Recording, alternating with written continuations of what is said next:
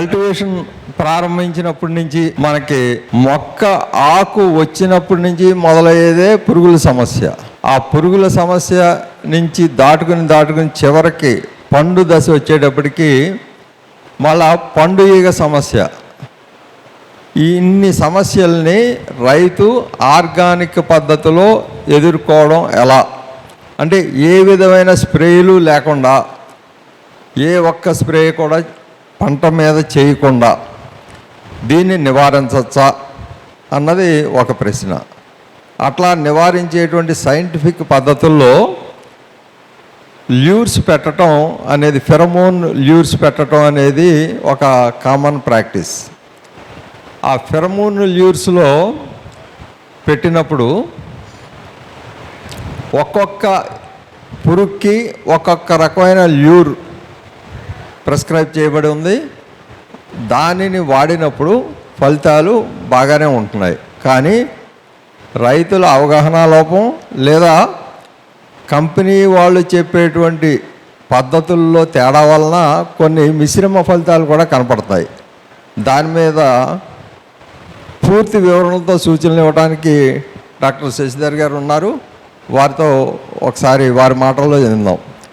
Sir, మీ వద్ద సుమారుగా ఎన్ని రకాల క్రిమికీటకాలకు సంబంధించిన ల్యూర్లు ఉన్నాయి, వాటిని వాడే విధానం, అలాగే వాటిని ఏ దశలో ప్రారంభించాలి అన్నది ముందుగా ఒకసారి తెలియజేయండి.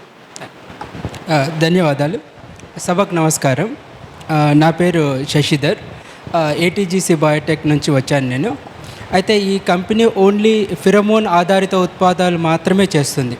అండ్ ఫిరమోన్స్ అనగానే మన రైతులందరికీ గుర్తొచ్చేది ఏంటంటే ముఖ్యంగా అవి గవర్నమెంట్ సబ్సిడీలో వస్తాయి. దానివల్ల మనకి దానివల్ల పెద్దగా ఉపయోగం లేదు అని అనుకుంటారు రైతులు. అవి ఎంత గొప్పవో ఇప్పుడు మీకు నేను వివరిస్తాను. అయితే మనకి ఫిరమోన్స్ అనేటివి ఏంటంటే ఎర్లీ డిటెక్షన్ టూల్స్. పెస్ట్ ఎప్పుడు వస్తుందో అనేది క్లుప్తంగా క్లియర్గా చెప్పే ఒక పరికరం. అయితే మన రైతులు ఏం చేస్తారంటే అవి పెట్టేసి అందులో పురుగులు పడుతున్న కొద్దీ వాళ్ళు ఎక్కువగా అంటే సంతోషిస్తారు. ఎన్ని ఎక్కువగా పడితే అంత ఎక్కువగా సంతోషిస్తారు. కానీ అసలు అక్కడ జరిగే ప్రక్రియ ఏంటంటే ఎన్ని పురుగులు ఎక్కువగా పడుతున్నాయంటే అన్ని పురుగులు ఉత్పాదన మన పొలంలో జరిగాయి గనుకనే వచ్చి పడుతున్నాయి. అదొకటి గుర్తుంచుకోవాలి. పురుగులు ఎక్కువ పడుతున్నాయంటే పురుగుల యొక్క ఉధృతి ఎక్కువ ఉన్నది అని మనం అర్థం చేసుకోవాలి. సింపుల్గా చెప్పాలంటే మనకు జ్వరం ఏమన్నా వస్తే డాక్టర్ దగ్గరికి వెళ్తాం. డాక్టర్ దగ్గరికి వెళ్ళిన తర్వాత థర్మామీటర్ పెట్టి చూస్తాడు. థర్మామీటర్ పెట్టి చూసిన తర్వాత మనకి జ్వరం ఎక్కువ ఉన్నదంటే థర్మామీటర్ రీడింగ్ ఎక్కువ చూపిస్తుంది, తక్కువ ఉన్నదంటే తక్కువ చూపిస్తుంది. As simple as that. ఇది కూడా ఫిరమోన్ అనేది ఏంటంటే సింపుల్గా త్వరగా చెప్పే పరికరం ఒకటి.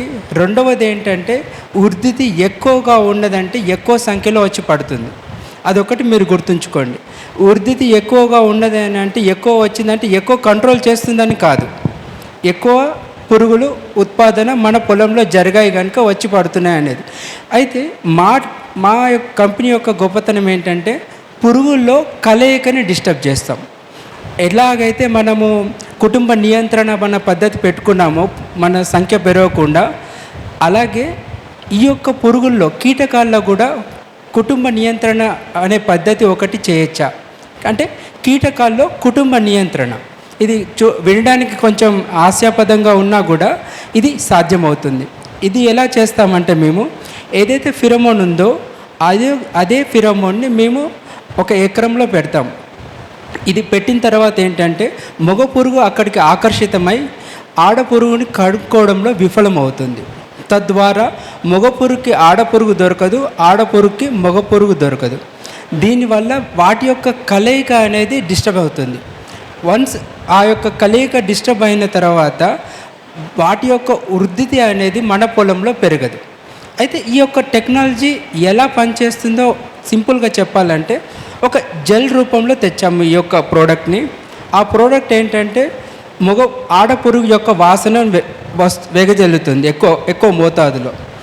ఆ ఆడపురుగు వాసన వచ్చినప్పుడు మగ పురుగు వస్తుంది, వచ్చి ఇక్కడ ఆడపురుగు ఉందని భ్రమపడి ఒక పేస్ట్ మీద వాలి వెళ్ళిపోతుంది. వాలిపోయి వెళ్ళే క్రమంలో ఆ యొక్క మగ పురుగుకి ఈ యొక్క ఆడపురుగు పేస్ట్ యొక్క వాసన అంటుకుంటుంది. ఇంకొక మగ పురుగుకి ఈ అంటుకున్న మగ పురుగు కాస్త ఆడపురుగులాగా అనిపిస్తుంది. అంటే మగ పురుగు వెంబడి ఇంకొక మగ పురుగు వెళ్తుంది అన్నట్టు. తద్వారా మనకి మగ పురుగు ఆడపురుగు కలయిక అనేది 100కి 98% మనం తగ్గించవచ్చు. ఈ యొక్క 100కి 95% తగ్గించడం వల్ల మనకి ఏంటంటే మన పొలంలో ఒకటి పురుగు ఉధృతి పెరగదు, రెండవది ఏంటంటే ముఖ్యంగా తెలుసుకోవాల్సింది మన పొలంలో ఈ యొక్క ఫిరమోన్ ట్రాప్స్ పెట్టినా కూడా అందులో పురుగులు వచ్చి పడవు. అందులో పురుగులు వచ్చి పడవు అంటే గణనీయంగా తగ్గిపడతాయి. దాని ఉద్దేశం ఏంటి? సింపుల్గా మన పొలంలో వృద్ధి అనేది జరగలేదు అని, అదొకటి.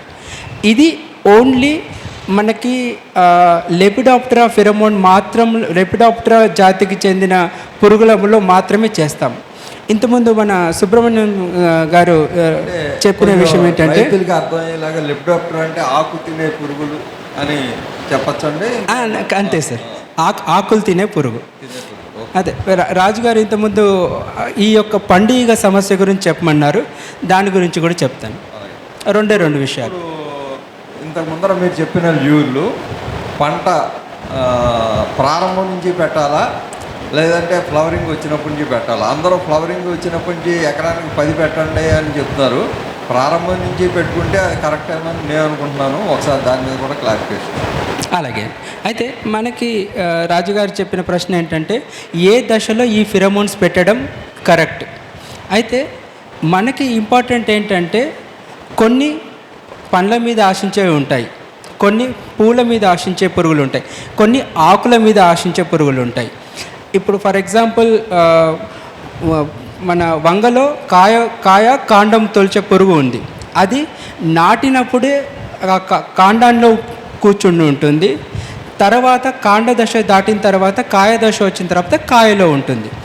అలాంటప్పుడు దాన్ని మనం నాటిన వెంటనే ఫిరమోన్స్ పెట్టుకోవడం చాలా అనివార్యం. కొన్ని ఏంటంటే ఫలాలు వచ్చిన తర్వాత ఏదైతే మన ఫ్రూట్ ఫ్లై అయితే ఉందో అది ఫలము దాని ఫలాన్ని మాత్రమే ఆశిస్తుంది, ఇంకా దేన్ని ఆశించదు. అలాంటప్పుడు వాటిని పూత దశలో వాడడం చాలా ఉపయోగకరం. ఎప్పుడైనా కూడా prevention is better than cure అంటాం. అంటే ముందస్తు జాగ్రత్తగా ఎలాగైతే మనకి వ్యాక్సిన్స్ వేసుకుంటున్నామో ఈ యొక్క చెట్ల అన్నిటికి కూడా ఈ యొక్క ఫిరమోన్స్ అనేటి ఒక వ్యాక్సిన్ రూపంలో మనము ఇచ్చినట్లయితే, అంటే ముందస్తు జాగ్రత్తగా తన ఉనికి ఎప్పుడు వస్తుందో అప్పుడు పెట్టుకోవడం వల్ల మనకి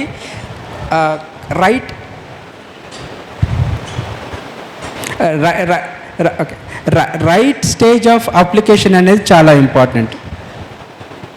అయితే పండుగ గురించి చెప్తాను. పండుగ ఏంటంటే డిప్తిరా క్లాస్ చెందింది. డిప్తిరా అంటే ఏంటంటే అవి గుడ్లు పండ్ల లోన పెడతాయి. దాని యొక్క లద్దె పురుగు దశ వచ్చేసి పండ్ల లోన జరుగుతుంది. ఇక ఎడల్ట్ దశ ఏదైతే రెక్కల పురుగు దశ ఉందో మన పిచికారి మందు ఏది కొట్టినా కూడా ఆ వాసనకి అక్కడి నుంచి బయటికి వెళ్ళిపోతుంది. ఆ తర్వాత వాసన తగ్గిన తర్వాత మళ్ళీ ఇక్కడికి వస్తుంది. అయితే దాన్ని గనక మనము చంపడం అనేది అంటే నివారించడం అనేది ఈ యొక్క కెమికల్స్ ద్వారా అయితే అసాధ్యం. ఎందుకంటే మనం పెట్టే ఏ కెమికల్స్ అయినా కూడా అవి పండు లోన ఉన్న గుడ్డు దశ కానీ లద్దె పురుగు దశ కానీ చేరవు, వాటిని చంపలేము. వాటికి గాను మేమేం చేసామంటే కొత్తగా ఆకర్షణ మందు పెట్టాం. ఆ ఆకర్షణలో ఏం పెట్టామంటే మగ పురుగు ఆకర్షించే మందు, రెండవది ఆడపురుగును ఆకర్షించే మందు, మూడవది వాటికి చాలా ఇష్టమైన తినే పదార్థం పెట్టాం.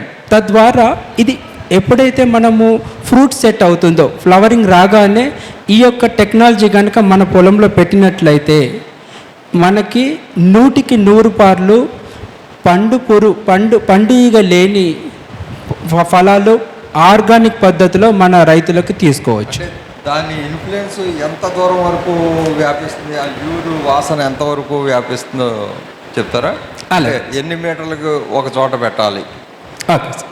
అయితే మనకి ఈ యొక్క టెక్నాలజీ అనేది ఏంటంటే ఈ యొక్క ఫిరమోన్ టెక్నాలజీ ఎస్పెషల్లీ ఒక్కొక్క జాతిలో ఒక్కొక్క పురుగు దాంట్లో ఒక్కొక్క విధంగా ఉంటుంది. ఫర్ ఎగ్జాంపుల్ కోలియాప్టెరా తీసుకున్నాం అంటే బీటిల్స్, వీవిల్స్, వీటికి 2.5 నుంచి 3 కిలోమీటర్ల దూరం నుంచి పసిగట్టే సిగ్నలింగ్ మెకానిజం ఉంది.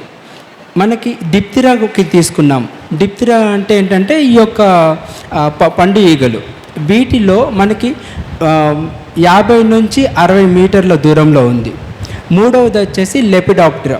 ఆ లెపిడాప్టెరా అంటే ఆకులు తినే పురుగులు. వీటికి మనకి సుమారుగా 500 మీటర్ల దూరం నుంచి ఈ యొక్క సిగ్నల్ని పసిగట్టే ఎన్ని మీటర్లు? 500 మీటర్లు. 500 మీటర్లు అంటే మొక్క కంటే హైట్లో పెట్టాలా, మొక్క హైట్లో పెట్టినా సరిపోతుందా? అయితే చాలా మంచి ప్రశ్న అడిగారు మీరు. మనకి ఎప్పుడైనా కానీ ఈ యొక్క టెక్నాలజీ మనం డిప్లాయ్ చేసేటప్పుడు లేత చిగురుల దగ్గర పెట్టడం అవసరం. ఎందుకంటే తల్లి పురుగు చాలా గొప్పది. ఆ తల్లి పురుగు తన బిడ్డల్ని కాపాడుకోవడానికి ఎక్కడైతే ఆహార లభ్యత ఎక్కువగా ఉంటుందో, ఆహార లభ్యత అంటే లేత చిగుర్లు, లేత పువ్వులు, లేత బడ్స్, వీటిల్లో ఏరి కోరి ఎంచి తన గుడ్లను పెడుతుంది. ఎందుకంటే వచ్చే ఆ గుడ్లు పొదిగిన తర్వాత వచ్చే లద్దె పురుగుకి ఆహారంలో ఎలాంటి కొరత ఉండకూడదు.